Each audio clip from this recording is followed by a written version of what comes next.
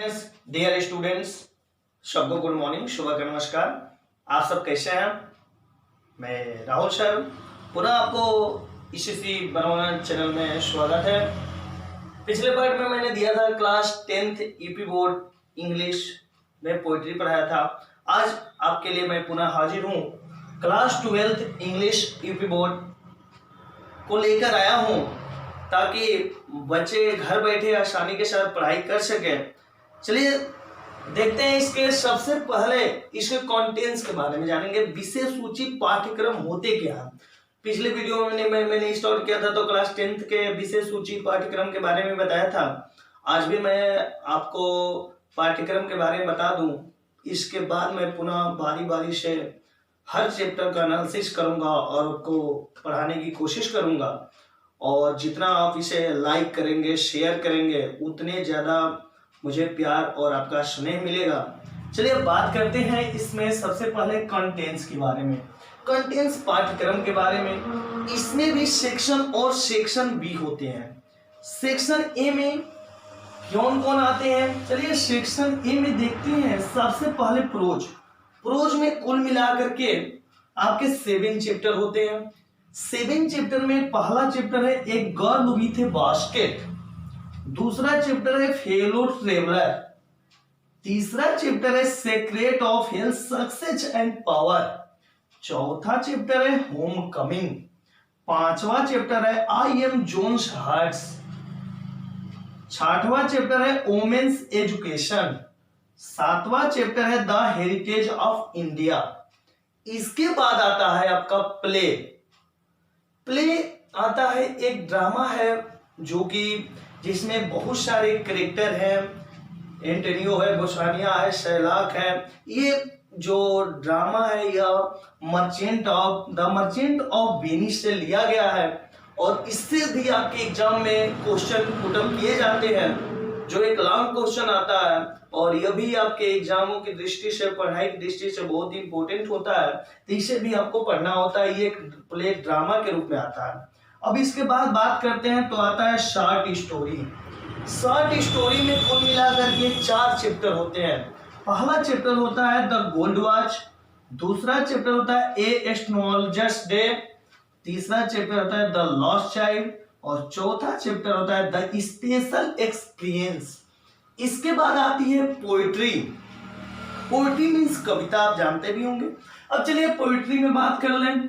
Poetry में कुल मिलाकर के 10 चैप्टर आते हैं आपके क्लास 12th में। 10 चैप्टर में पहला जो चैप्टर है उसका नाम है character of a happy life, दूसरा चैप्टर है द ट्रू ब्यूटी, तीसरा चैप्टर है ऑन हिज ब्लाइंडनेस, और चौथा चैप्टर है from an elegy written in a country churchyard, और पांचवा चैप्टर है ए लेमेंट, और छठवां चैप्टर है love will them sense mercy, और सातवां चैप्टर है फ्रॉम द पासिंग ऑफ अर्थर, और आठवां चैप्टर है माय हेवन, नौवां चैप्टर है stopping by oats on A snowy evening, और 10वां चैप्टर है आपका the song of the free.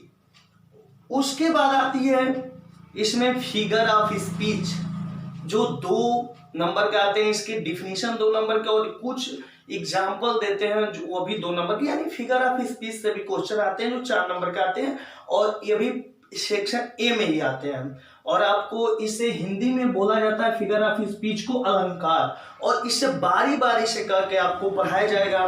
तो आज मैं पुनः पहले सिलेबस के बारे में बात करूंगा, इसके बाद मैं आगे आपके सेक्शन बी बता दूं। सेक्शन बी जो होते हैं वह ग्रामेटिक पार्ट होते हैं, और यह ग्रामर के भाग होते हैं। इसमें भी आपके चैप्टर डिफाइन होते हैं। पहला चैप्टर होता है डायरेक्ट एंड इनडायरेक्ट स्पीच, जिसको नरेशन भी कहते हैं। दूसरा जो चैप्टर होता है वो होता है सिंथेसिस ऑफ सेंटेंसेस। उसके बाद तीसरा चैप्टर होता है ट्रांसफॉर्मेशन ऑफ द सेंटेंस, और चौथा चैप्टर होता है सिंटेक्स, पांचवा चैप्टर होता है एंटोनिम्स एंड सिनोनिम्स, और छठवां चैप्टर होता है होमोफोन्स, और 7वां चैप्टर होता है वन वर्ड सब्स्टिट्यूशन, और 8वां चैप्टर होता है इडियम्स एंड फ्रेजेज, 9वां चैप्टर होता है ट्रांसलेशन, और 10वां चैप्टर होता है एसे राइटिंग, और 11वां चैप्टर होता है अनसीन पाइसेस। अब चलिए बात कर ले, अभी तक तो आपको सिलेबस के बारे में, इसके कंटेंट्स के बारे में मैंने बता दिया। अब इसके बाद मैं आपको आगे पढ़ाऊंगा, और ये सभी जो होते हैं आपके ग्रामर के पार्ट होते हैं, इसको भी आपको बारी बारी से पढ़ना होगा। और आपको पुनः बता दिया जाए कि 11th और 12th के जो ग्रामर होते हैं यूपी बोर्ड के, वह सेम एक ही होते हैं। 11th में जो ग्रामर पढ़ेंगे वो 12th में भी पढ़ना होता है, ये सेम होते हैं। लेकिन आपके जो सेक्शन ए की बात कर ली जाए, जो बुक होते हैं वही अलग अलग डिफाइन होती हैं, बाकी इसमें सभी जो होते हैं ग्रामर के पार्ट एक ही होते हैं। चलिए अब बात करते हैं हम पोइट्री। सबसे पहले मैं पोइट्री पढ़ाने जा रहा हूं आपको। पोइट्री का फर्स्ट चैप्टर के बारे में बात कर लिया जाए। फर्स्ट चैप्टर है आपका character of a happy life, जो पोएट सर हेनरी ओटर द्वारा रचित यह कविता है। सबसे पहले मैं आपसे बात कर लूं सर हेनरी ओटन के बारे में, जो इस कविता के पोएट हैं, और उनके बारे में यदि बात कर लिया जाए तो सर हेनरी ओटन का जन्म जो था वह 1568 ईस्वी में हुआ था, और उनकी शिक्षा विनचेस्टर तथा क्वींस कॉलेज ऑक्सफोर्ड में हुई थी। इसके बाद वह कानून की पढ़ाई के लिए कानून की पढ़ाई करने के लिए मिडिल टेम्पल चले गए। बाद में उन्होंने एक्सेस के राजा के सचिव और एजेंट भी बन गए। 17वीं शताब्दी में वे एक कूटनीतिक पदों पर, जैसे कि वेनिस के कोर्ट में राजदूत तथा एंटाल के जेलर भी बने। वार्डन की प्रसिद्धि कृतियों में से एक थी on his mistress queen of the Bohemia, और इस तरह से उन्होंने इस कविता की भी रचना की तथा उनका मृत्यु 1639 ईस्वी में हो गई थी। अब चलिए बात कर लिया जाए, ये तो रहा पोएट के बारे में, और बात करते हैं करेक्टर ऑफ हैप्पी लाइफ के बारे में। इसकी छोटी सी हिंदी में पहले सारांश जान लिया जाए कि आखिर इसका सारांश होता क्या है। चलिए बात करते हैं करेक्टर ऑफ हैप्पी लाइफ के सारांश के बारे में। तो यह कविता एक प्रकार से सही अर्थ में प्रसन्न व्यक्ति के जीवन पर परिभाषित है। कवि ओटन के अनुसार वास्तव में प्रसन्न व्यक्ति वह है जो आत्मनिर्भर, ईमानदार और सच्चा हो, उनका अपनी इंद्रियों पर नियंत्रण हो, वह मृत्यु से कभी न डरता हो, अफवाहों को चिंता न करता हो, और अपनी आत्मा की आवाज को सुनता हो, वह भगवान में विश्वास रखता हो, अच्छे मित्र या अच्छी किताबों की संगति में अपना पूरा समय व्यतीत करता हो, उसके पास भले ही भौतिक संपदा कुछ भी न हो, फिर भी वह उसके पास सब कुछ है। इस प्रकार से एक प्रसन्नचित जीवन के बारे में यह संपूर्ण कविता दी गई है, और इसको मैं बारी बारी से स्टैंजा को पढ़ाऊंगा और समझाऊंगा, और आप इसे समझिएगा। चलिए बात करते हैं स्टैंजा फर्स्ट। स्टैंजा फर्स्ट है how happy he is born और taught that serveth not another's will, whose armor is his honest thought and simple truth his utmost skill। अब चलिए इसके बारे में बात कर लिए, अब इसके अलग अलग मीनिंग के बारे में बात करते हैं। हाउ मतलब कितना, हैप्पी मतलब प्रसन्न चित्त, ही मतलब वह, इज मतलब है, बर्न मतलब होता है जन्म लेना, आर मतलब यह, टॉट मतलब सीखता है, दैट मतलब वह, सर्व मतलब होता है सेवा करना, नॉट मतलब नहीं, एनदर्स मतलब दूसरे की, विल मतलब इच्छा, हुज मतलब जिसके, आर्मर मतलब होती है कवच, इज मतलब है, हिज मतलब अपने, ऑनेस्ट मतलब ईमानदार, थॉट मतलब सोचते हैं, एंड मतलब और, सिंपल मतलब साधारण, ट्रूथ मतलब सही, हिज मतलब अपने, अटमोस्ट मतलब होता है श्रोतम, और स्किल के मतलब होती है योग्यता। अब ये अलग अलग मीनिंग जान गए, अब इसका मैं संपूर्ण अर्थ आपको बता दूं कि how happy he is born and taught that serveth not another's will whose armour is his honest thought and simple truth his utmost skill.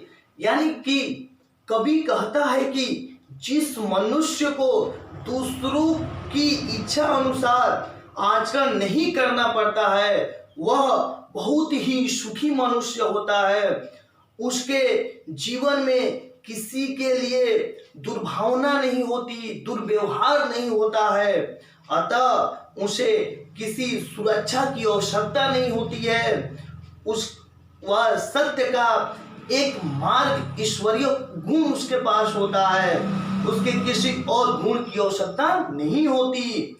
ईश्वर की ओर यह उपहार और सुखी और सम्मानपूर्ण जीवन की सहायता में वह हमेशा जीता रहता है। इस प्रकार से स्टंजा फर्स्ट हुआ। अब चलिए बात करते हैं second stanza, second game stanza second, whose patience not his masters are, whose soul is still prepared of death, untired unto the world with care of princely love or vulgar wrath।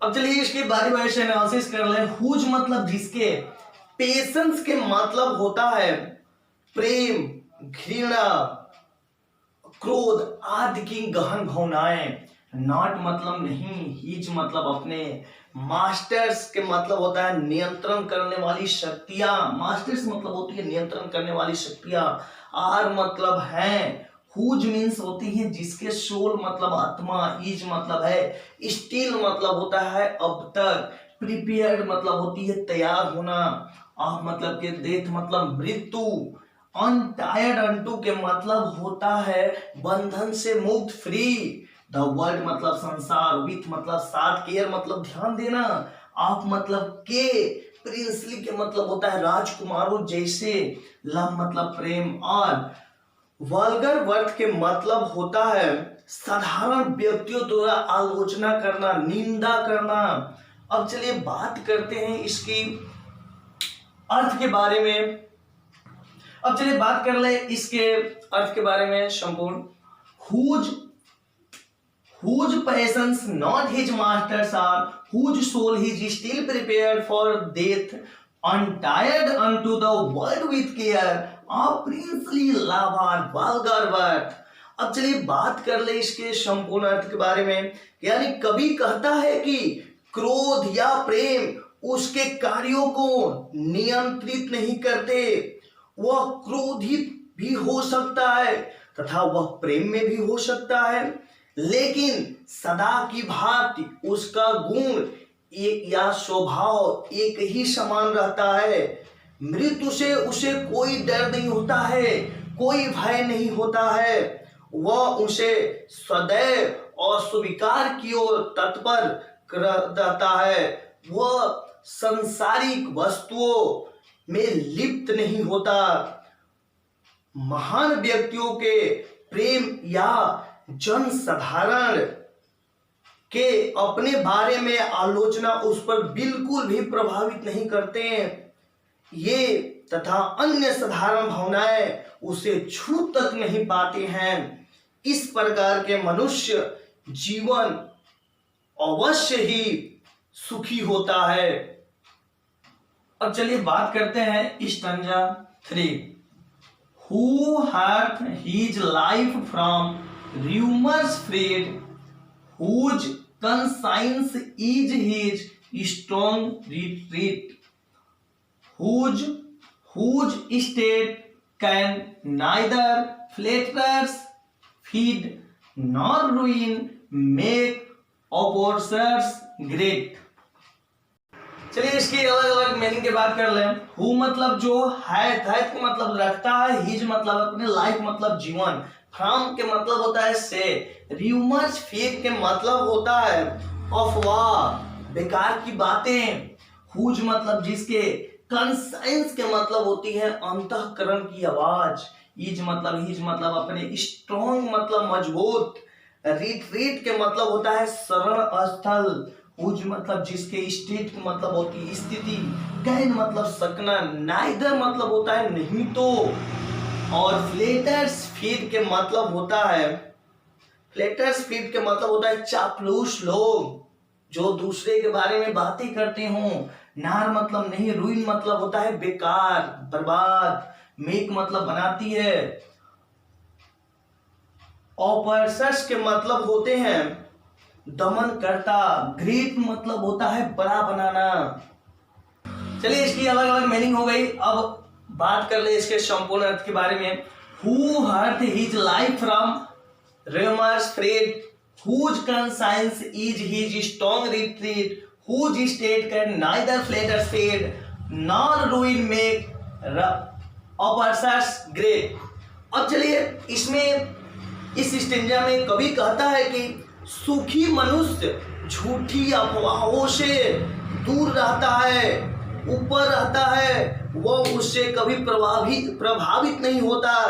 यदि उसे खतरे या परेशानी की स्थिति का भी सामना करना पड़े तो वह आत्मा की पुकार, वह अपनी अंतःकरण की आत्मा की पुकार उसकी रक्षा तथा मार्गदर्शक बनाती है। उसकी जो मस्तिष्क होता है वह सदैव संतुलित रहता है। झूठी चापलूसों से वह अहंकार से नहीं भर जाता और अपने विनाश से वह इतनी दुखी नहीं होता कि शत्रु अपनी विजय समझे। मतलब कि एक सुखी जो मनुष्य होता है वह कभी किसी चापलूस लोगों के बातों में नहीं पड़ता है, अफवाहों से बहुत दूर रहता है, वह केवल अपनी अंतःकरण की आवाज को सुनता है। इस तरह से वह हमेशा ग्रेटनेस को फील करता है और वह किसी शत्रु से भी नहीं डरता, ताकि इस सभी चीजें से जो उसके शत्रु होते हैं कि विजय न समझें। अब चलिए बात करते हैं stanza 4। Who invites none whom chance doth rise, nor wise who never understood how deepest wounds are given with parasites, nor rules of state but rules of good। अब चलिए इसके एक एक करके मीनिंग जानते हैं। हूँ मतलब जो, इनवाइंस के मतलब होती है ईर्ष्या करना, नॉन मतलब कोई नहीं, हूँ मतलब जिसके, चांस मतलब होते हैं अवसर, मौका, दथराइज मतलब होता है ऊपर उठता है, नॉर मतलब नहीं, वाइस के मतलब होता है दुर्गुण, हु मतलब जो, नेवर मतलब कभी नहीं, अंडरस्टूड मतलब समझता है, हाउ मतलब कितना, डीपेस्ट का मतलब होती है गहराई, वाउंस घाव, आर मतलब है गिवेन मतलब देते हैं, विथ मतलब साथ में, पेरेसाइस मतलब उसकी प्रशंसा करते हैं, नार मतलब नहीं, रूल्स मतलब नियम होते हैं ऑफ स्टेट मतलब राज्य के, बट लेकिन रूल्स ऑफ गुड वह नियम होते हैं उसकी अच्छाई के, रूल मतलब नियम, आप मतलब के, गुड मतलब अच्छाई के नियम होते हैं।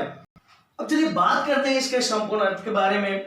Who in minds none whom chance doth rise, nor wise who never understood how deepest wounds are given with parasites, nor rules of state but rules of God।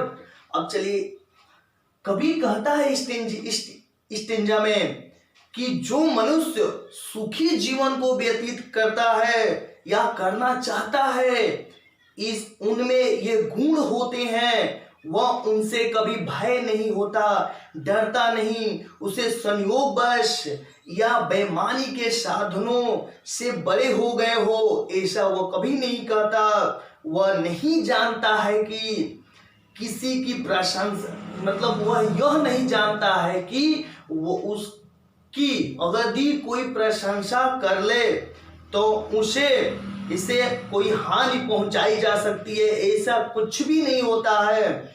वह ऐसा कभी नहीं डरता। वह अच्छाई के नियमों के अतिरिक्त शासन के अन्य किन्हीं नियमों को नहीं मानता।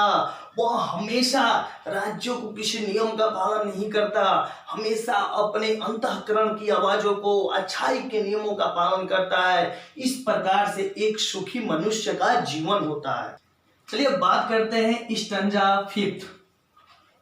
Who God doth late and early pray, more of his grace than gives to lend. Who entertains the harmless day with a well-chosen book or friend. चलिए इसकी अलग अलग मीनिंग की बात कर ले। हु मतलब जो, गॉड मतलब ईश्वर, अर्थ मतलब गहराई में, लेट एंड अर्ली के मतलब होता है हर समय, प्रे मतलब होता है प्रार्थना करना, मोर मतलब अत्यधिक, ऑफ हिज ग्रेस, ग्रेस के मतलब होती है प्रशंसा, ग्रेस के मतलब होती है आपकी सद्भावना, गुण जो ईश्वर के दिया गया वाला गुण हो, जो एक प्रकार से हम आशीर्वाद कह सकते हैं। देन मतलब की अपेक्षा, गिफ्ट मतलब उपहार, टू लेंड, लेंड के मतलब होता है प्रदान करना, देना। हु मतलब जो, इंटरटेन्स के मतलब होती है मनोरंजन के साधन, मनोरंजन करना। आर मतलब है हार्मलेस, बेकार। डे मतलब दिन, विथ मतलब साथ। ए वेल चूजन, वेल चूजन मतलब ठीक प्रकार से चुनी जाने वाली। आर मतलब बुक मतलब किताब, आर मतलब या फ्रेंड मतलब मित्र। अब चलिए बात करते हैं इसके संपूर्ण अर्थ के बारे में। Who God doth late and early pray, more of his grace than gives to lend. Who entertains the harmless day with a well-chosen book or friend. अगर इस प्रकार से पढ़ा जाए तो शायद आप अर्थ भी समझते होंगे। चलिए बात कर ले संपूर्ण अर्थ के बारे में कि कवि कहता है कि सुखी जीवन के लिए यह आवश्यक है कि वह है कि हम धर्मात्मा हो। मनुष्य सुखी जीवन व्यतीत करना तो हमेशा चाहता है। उसके प्रत्येक दिन सुबह और शाम ईश्वर की प्रार्थना करनी चाहिए। उसे ऐसा ईश्वर की करुणा प्राप्त करने के लिए करना चाहिए, आशीर्वाद लेने के लिए करना चाहिए, किसी और लाभ के लिए नहीं करना चाहिए कि नहीं भगवान मैं आपकी प्रार्थना कर रहा हूं, मुझे धन दौलत चाहिए, इसी कभी नहीं करना चाहिए। उसे सिर्फ आशीर्वाद लेने के लिए प्रार्थना करनी चाहिए। उसका मनोरंजन निर्मल होना चाहिए और उसे चाहिए कि किसी को हानि ना पहुंचाए और अपना दिन, संपूर्ण दिन प्रसन्नता पूर्वक अच्छी किताबें या मित्र के संपर्क में व्यतीत करे, ना कि अफवाह दिनों में, बेकार मित्रों में, बेकार के किताबों में अपना संपूर्ण जीवन व्यतीत करें। अब चलिए बात करते हैं stanza 6। This man is free from servile bands of hope to rise or fear to fall, Lord of himself though not of lands, and having nothing he hath all. अब चलिए बात करते हैं इसके अलग अलग मीनिंग के बारे में। दिस मतलब या मैन मतलब मनुष्य, एज मतलब है फ्री मतलब स्वतंत्र होता है, राम मतलब से, सर्वाइल, सर्वाइल के मतलब होता है गुलामी की दशा से, बैंड मतलब होता है बंधन, आप होप टू राइज के मतलब होता है आशा रखना, उठने के लिए, आर मतलब है आप फियर, फियर मतलब डर या भय, टू फॉल मतलब गिराती हैं, लॉर्ड मतलब स्वामी मालिक, आप मतलब के, हिमसेल्फ मतलब स्वयं से, दो मतलब यद्यपि, नॉट मतलब नहीं, आप लैंड मतलब भूमि पर, जमीन पे, एंड मतलब और, हैविंग नथिंग कुछ भी नहीं रखता है, ही मतलब हुआ हैथ ऑल, हैथ मतलब होता है रखना, ऑल मतलब सभी, यानी कि उसके पास कुछ भी नहीं होता है। अब चलिए बात करते हैं इसके संपूर्ण अर्थ के बारे में। This man is free from servile bands of hope to rise और fear to fall, Lord of himself, though not of lands, and having nothing he hath all। चलिए बात करते हैं ये लॉस्ट स्टैंजा के बारे में। इसमें कवि कहता है कि यह जीवन आशाओं तथा भय से भरा हुआ है। जो मनुष्य अपने सुखी जीवन को व्यतीत करना चाहता है, उसे दोनों से बचाना चाहता है, उसे उपलब्धियों की सफलता की आशा में दास के समान, एक मजदूर के समान परिश्रम नहीं करना चाहिए। उसे असफलता का सामना करने से भी नहीं डरना चाहिए। इन सब बातों द्वारा उसे विचलित नहीं होना चाहिए। उसे चाहिए कि इन बातों को महत्व ही न दे, समझे ही न। उसे स्वयं पर अधिकार होना चाहिए, स्वयं पर अभिमान होना चाहिए।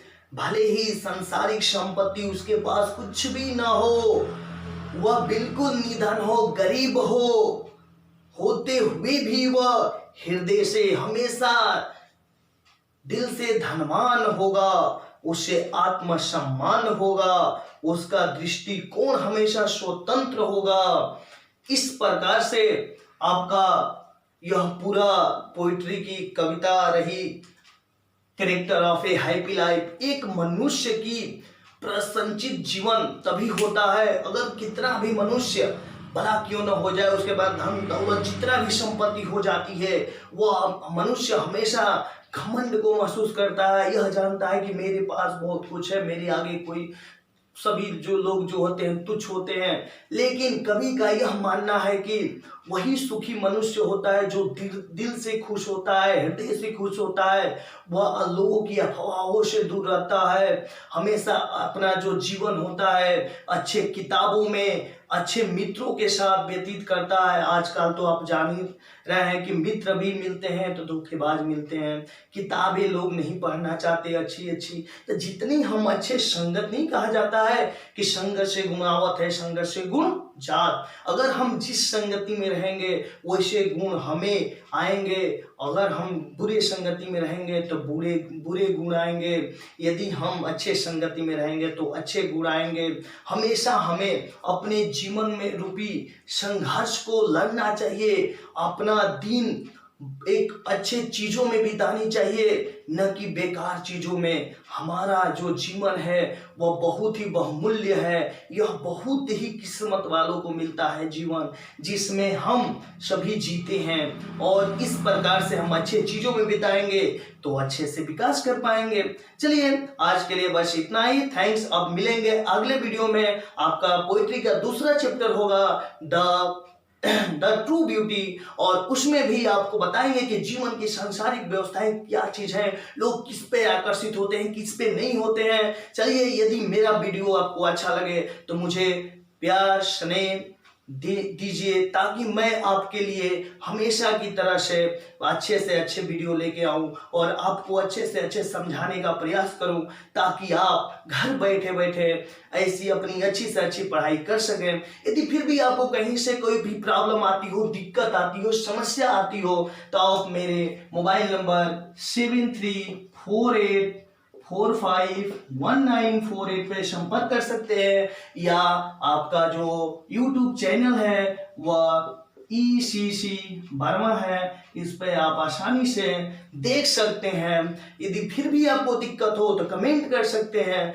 आपके सेवा में हमेशा के लिए मैं हाजिर हूँ। इस तरह से आज के लिए धन्यवाद। A lot of thanks. भगवान आपका भला करे।